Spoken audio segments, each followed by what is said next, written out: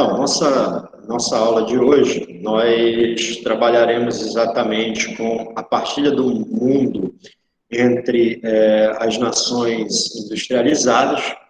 Essa partilha do mundo entre essas nações industrializadas também é conhecida ali como o período imperialista do século XIX ou o período neocolonialista, certo? Então, é nesse momento onde o capitalismo ele vai se consolidar por todo o mundo, e essa consolidação do capitalismo por todo o mundo faz com que as nações industrializadas, que são as nações europeias, os Estados Unidos e o Japão, eles passem a promover uma coisa que é exatamente o chamado neocolonialismo.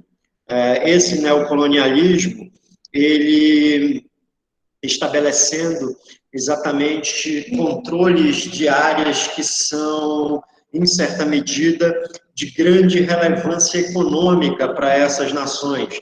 Áreas onde tem, ou onde possuíam grande mão de obra barata, matérias-primas, né, recursos que seriam importantes ali para o desenvolvimento da indústria desses países industrializados. Então, a gente segue da seguinte forma. Na África, viveu um povo que era exatamente, vive ainda, o povo Zulu. Esse povo, ele região do atual Rio Limpopo, né, na atual África do Sul. Esse povo é de origem ali da língua dos Nguni, que é do tronco linguístico banto, e inicialmente eram sociedades ali de agricultores e pastores. Contudo, em fins do século XIX, o quadro social mudou, esses grupos eles se militarizaram, né, e passaram a ter também chefias centralizadas. Um desses estados zulus, em um desses estados, nasceu Chaka, que era filho legítimo de um chefe do grupo, e o Chaka, ele acabou se tornando o grande rei dos Zulus, né, com a morte do pai e do rei dos Mitetewa, né, e aí o Chaka, ele se consolidou ali como um grande chefe militar, né, estabelecendo técnicas importantes, e o Chaka, ele, em 1828, ele acabou sofrendo uma conspiração de dois meus-irmãos dele, o Dingane e o Milangana, né, que acabaram assassinando. O Dingane acabou assassinando o outro meio-irmão e se tornou o grande rei. Mas o Chaka, ele deixou um grande legado militar para os Zulus, e esse legado militar acabou ali por um certo tempo, atrapalhando a política expansionista dos ingleses na região, nessa região sul-africana. Assim, inicialmente, os europeus eles promoveram as chamadas expedições de reconhecimento. Essas expedições de reconhecimento, elas ficaram entre fins do século XVIII e no século XIX. Vários viajantes europeus acabaram indo para a África, indo para a Ásia, né, e até mesmo para a América, nas chamadas viagens científicas. E essas viagens científicas, elas também ocorriam durante essas viagens científicas também algumas expedições religiosas. O intuito era exatamente levar aos povos selvagens, como eram tratados os povos da África e os povos da Ásia, mas também os povos da América, levar a palavra cristã e também a civilização. Então, essa era o legado ideológico que acabava estabelecendo. Essas expedições, elas foram fazendo com que o homem europeu, ou o homem branco, propriamente dito, ele adentrasse, né, na África e na Ásia, né? E a grande invasão, ela se deu exatamente por questões econômicas. Essas expedições científicas, vamos dizer, que prepararam o terreno para que essas explorações econômicas elas pudessem se estabelecer ao longo de todo o século XIX. E aí, prosseguimos da seguinte forma. No século XVIII, aliás, XVII, os ingleses eles criaram a Companhia das Índias Orientais. Eles tinham ali como intuito realizar negócios com a Índia, com as Índias, com a China. Os portugueses, e os espanhóis, os holandeses e os franceses também criaram suas companhias de comércio, tanto é que Portugal mantinha ali relações com Goa na Índia e Macau na China desde o século XVI.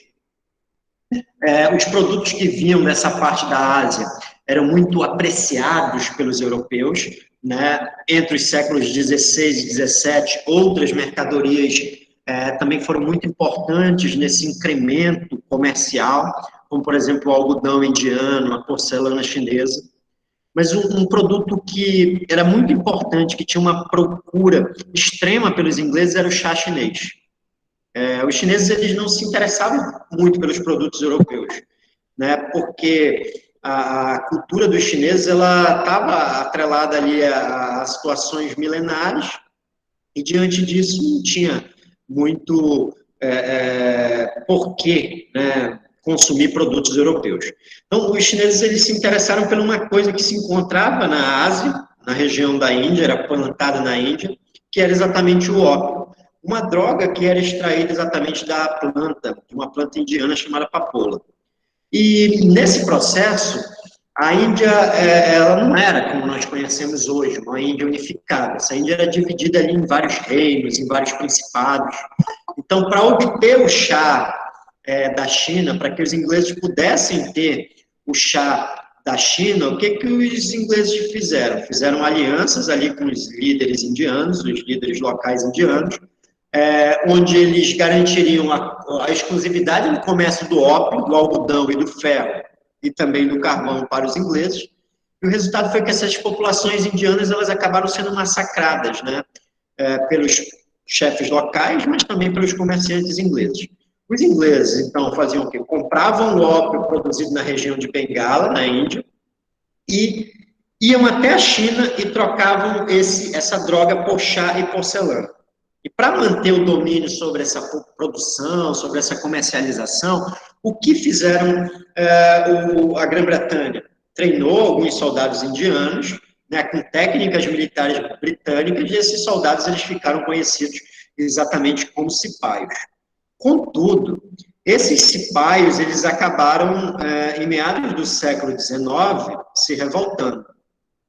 Porque o que acabou acontecendo? Os ingleses mudaram a política expansionista, e nesse processo de mudar a política expansionista, eles determinaram o seguinte, criaram uma lei dizendo que o Estado indiano, cujo o soberano ele não deixasse ali um sucessor, ou seja, que o rei não deixasse alguém para governar, ele se tornaria território inglês automaticamente. Essa lei ela não foi bem aceita pelos indianos, né, pelos soberanos indianos, nem tampouco pelas famílias locais poderosos, e isso culminou exatamente com a revolta dos cipaios. Mas a revolta dos cipaios também ela tem uma outra conotação, que é uma conotação religiosa. Os cipaios, eles acabaram recusando usar armas com cartuchos que continham gordura de vaca ou de porco. Os soldados tinham que rasgar os lacres ali com a boca, isso muitas vezes entrava em contato com esses animais. A vaca na cultura hinduísta é sagrada e o porco na cultura ali muçulmana indiana era visto como um animal impuro. Então isso tudo levou a essa revolta, a essa guerra dos cipaios acontecer, né? E assim, os britânicos, eles, com essas expedições científicas, elas foram importantes para que, a partir daí, os britânicos eles conhecessem, por exemplo, as potencialidades econômicas das regiões em que eles iriam explorar ou que eles iriam ocupar. As lutas entre os cipaios e os britânicos, elas foram muito violentas. Acabou por ser concluída que os britânicos usaram uma força extremamente brutal, massacraram os cipaios, né? Resultou em milhares de mortos. Após a vitória, os britânicos eles entenderam que era arriscado armar populações locais que poderiam se tornar inimigas. Eles aumentaram o efetivo de soldados britânicos e diminuíram consideravelmente o número de cipaios na Índia. Justamente porque, para manter o controle, mas em contrapartida também manteve relações de fidelidade ali com os chefes locais. Outro ponto importante foi que, houve a extinção da Companhia Britânica das Índias Orientais e os territórios de domínio britânico na Índia foram incorporados a esse Império Britânico, então nasceu o vice-reinado das Índias da Grã-Bretanha, vice-reino da Grã-Bretanha das Índias.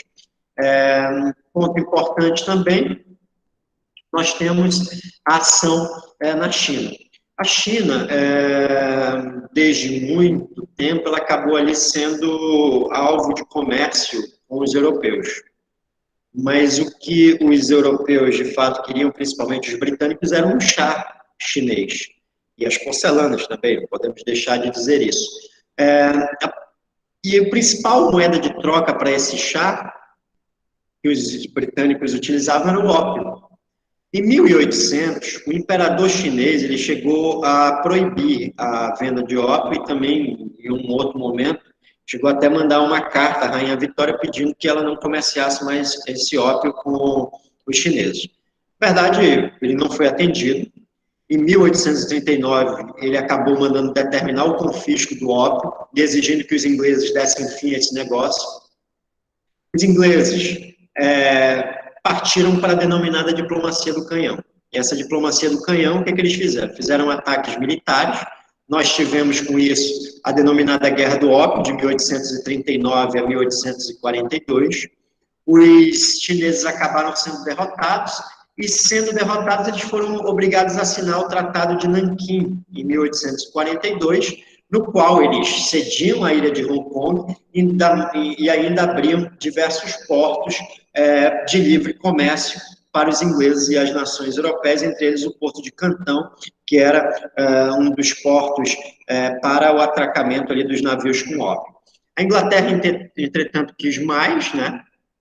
Ela acabou se aliando à França, e os ingleses conseguiram, em 1860, que o governo chinês assinasse o Tratado de Pequim, pelo qual abria o mercado chinês aos ocidentais e praticamente passavam para o controle dos europeus, basicamente ali todos os setores de sua vida econômica. E a partir disso, Rússia, Japão e Alemanha passaram a estar frequentemente também comercializando ali com os chineses. Porém, essa grande entrada de estrangeiros na China acarretou grandes mudanças no império e na sociedade. A partir disso, o imperador promoveu a reforma dos 100 dias, em 1898. Essa reforma dos 100 dias era uma reforma para mudar regras de comércio, agricultura, administração militar, administração civil.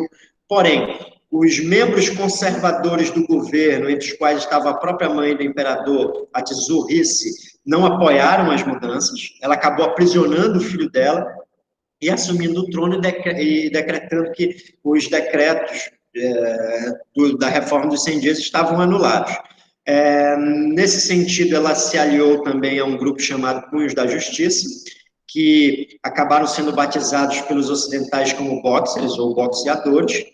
A rainha-mãe tentou expulsar os estrangeiros da China, mas vários missionários acabaram sendo mortos. Com isso, nós vamos ter a denominada Guerra dos Boxers, de 1899 a 1891, e mais uma vez o que ocorreu? Ocorreu uma derrota chinesa. E a corte imperial chinesa, derrotada, ela foi forçada a se refugiar na região de Sião. A China foi mais uma vez obrigada a ceder territórios, né? E também ser controlada economicamente pelas nações europeias. Agora, falando da África. A África, até o início do século XIX, a principal matéria consumida era o algodão, né? E também era o algodão dos Estados Unidos e da Índia, assim como a porcelana chinesa, o chá e etc. Mas houve, ao longo do século XIX, uma ampliação da utilização do ferro, tanto na indústria como também na produção de ferrovias. Então, o ferro era uma matéria-prima muito procurada pelos ingleses, apesar dos ingleses eles terem minas de ferro em seu território. O custo da extração desse ferro nessa região era muito caro, sobretudo por causa da mão de obra, que tinha um alto preço. Então, a partir daí, os ingleses concluíram que era mais barato extrair ferro de áreas onde a mão de obra fosse mais barata, mais abundante. E o continente africano tem um solo rico em jazidas de ferro, cobre, estanho, platina, ouro e diamante. E os europeus e britânicos descobriram essas riquezas através daquelas expedições exploradoras e, nesse sentido, passaram ali a explorar a África. No sul da África vivia um grupo, né, que acabou se estabelecendo, na verdade, no século XVII, com a criação da Companhia das Índias Orientais. Esse grupo acabou fundando ali o Forte do Cabo da Boa Esperança, que posteriormente teve o nome de Cidade do Cabo. Esses indivíduos, eles, por causa de guerras religiosas, eles aceitaram ir para a África, e no século XVIII chegaram outros refugiados religiosos franceses chamados huguenotes. Esses indivíduos, eles eram descendentes de população branca e eles ficaram conhecidos como boeres, que na língua holandesa significa camponeses. A Companhia das Índias Orientais faliu em fins ali do século XVIII, e aí os ingleses, eles então buscaram ocupar a região do Cabo, da cidade do Cabo, em 1795. Porém, em 1806, eles acabaram ali prendendo os dirigentes boeres. Os dirigentes boeres resistiram aos britânicos e saíram vencedores. E aí fundaram a colônia do Cabo. O Congresso de Viena, de 1815, acabou confirmando, né, confirmou o domínio inglês do Cabo, e os boeres eles foram obrigados a se tornar súditos britânicos. Muitos acabaram não aceitando, ficaram descontentes e promoveram a chamada Grande Marcha, né? E, nesse sentido, os boeres entraram justamente no território dos Zulus, a partir dessa grande marcha, em 1837, e tentaram um acordo com o rei Dingane. Não houve acordo, mas sim uma guerra. Nessa guerra, os boeres, usando armas de fogo, massacraram cerca de 15 mil Zulus em uma batalha. Os boeres, então, criaram territórios como Orange, Natal, Transvaal. Os ingleses, posteriormente, no processo expansionista, concordaram que essas áreas permanecessem independentes, pois eles consideravam ali que ela não tinha muito valor econômico, mas eles estavam enganados. E, pelo fato de estarem enganados, depois descobriu-se que havia ouro e diamante nessas terras. E em 1867 foi descoberta exatamente as minas de diamante, né? E a partir daí isso provocou uma grande migração de pessoas, principalmente britânicos, para essa região. Em 1887 foi descoberto também ouro na região do Transvaal e foram abertas diversas minas. E aí os Zulus eles acabaram encurralados, né, pelos ingleses e pelos boeres. Por todos os lados havia invasão, guerras e mortes. Os ingleses mostraram força nessa guerra inicialmente. Os boeres acabaram competindo ali com os ingleses e promovendo uma guerra em 1890, da qual eles saíram vencedores. Mas, posteriormente, em 1902, o que fizeram os ingleses? Eles reuniram novas forças bélicas e acabaram ali esmagando os boeres. E fundaram a denominada União Sul-Africana, os ingleses. E os boeres, eles acabaram tendo que vamos dizer assim, tendo que se submeter aos ingleses, mas sempre houve a ideia de separar-se da Inglaterra, e isso acabou ocorrendo no ano de 1910, sem guerra. Os boeres se autodenominaram, então, Afrikaners, que era exatamente africano em holandês, e estabeleceram duas línguas oficiais para essa União Sul-Africana. O africano, que era o holandês da África do Sul, e o inglês, que era a língua do Império Britânico. Então, temos essas duas situações aí. E aí, vamos ter a seguinte ideia. Os negros, eles não mudaram a condição de vida deles. O país permaneceu fora das decisões políticas, houve situações ali onde britânicos e holandeses, africâneres passaram a explorar essas minas de ouro e diamante. A África, então, entre os anos de 1884 e 1985, acabaram por estabelecer a sua, acabou os europeus e os Estados Unidos e o Império Otomano promoveram a divisão da África, né? E esse mapa aqui é um mapa interessante, porque ele nos mostra que até 1880 apenas 10% do continente africano estava ocupado, e já ali pelos anos de 1914, né, somente duas nações africanas estão livres, a Libéria e a Abissínia. E aí a gente continua aqui, a América para os americanos. E nesse processo de América para os americanos, nós falaremos dos Estados Unidos. Os Estados Unidos, após a independência e ao longo do século XIX, os Estados Unidos passaram a ter e a se tornar um país rico, industrializado, uma potência, e inclusive em 1823 foi estabelecida a doutrina Monroe, que pregava a América para os americanos. Era um aviso à Santa Aliança que queria recolonizar algumas nações americanas que haviam se tornado livres, né? E os Estados Unidos também promoveram um processo de expansão muito parecido com que os ingleses eles acabaram ali por estabelecer. Outra situação importante é exatamente a seguinte ideia: os Estados Unidos eles promoveram o seu processo de conquista territorial, do que hoje é o atual território dos Estados Unidos, por negociações econômicas, mas também por guerras. Em 1803 foi comprada a Lusiânia da França, né, e em 1819 foi comprada a Flórida da Espanha. O México, quando se tornou em 1810 independente, o Texas acabou sendo incorporado ali pelo México. Levas estadunidenses acabaram se dirigindo para essa região. Em 1835, o governo do México tentou conter essa imigração estadunidense, não conseguiu. Em 1845, o exército estadunidense ocupou a região do Texas, que acabou sendo incorporado aos Estados Unidos. Os Estados Unidos quiseram comprar do México a Alta Califórnia e o Novo México.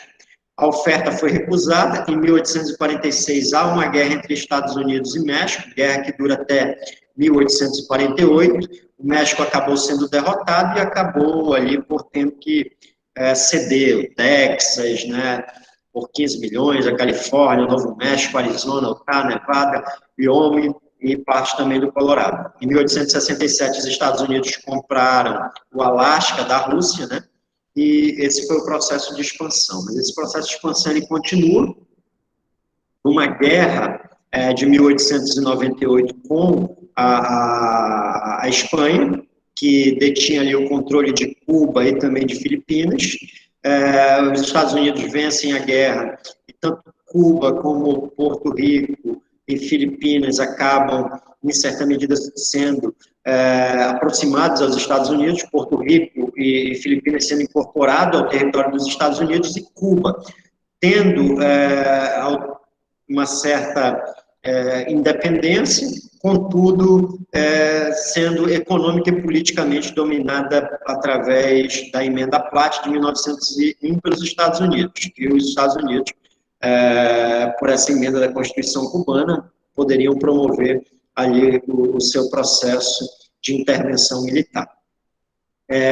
Outra situação é exatamente a ideia aqui do Destino Manifesto.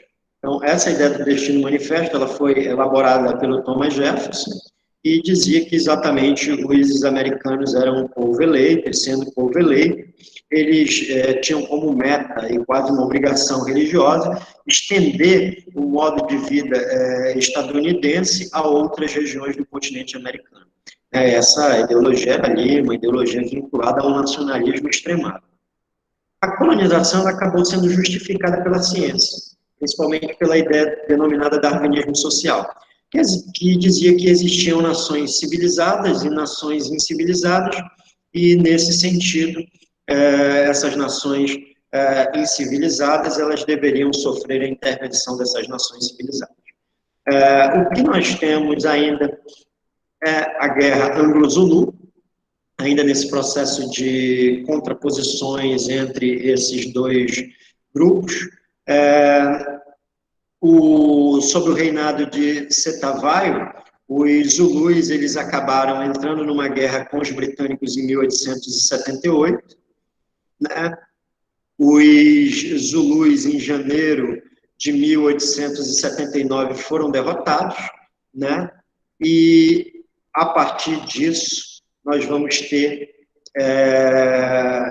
essa África sendo, em certa medida, dominada pelos europeus, só tendo ali aqueles territórios da Abissínia e da Libéria como livres, né? Então, essa aqui foi nossa aula sobre essa partilha do mundo no século XIX. Ok? Então, muito bem.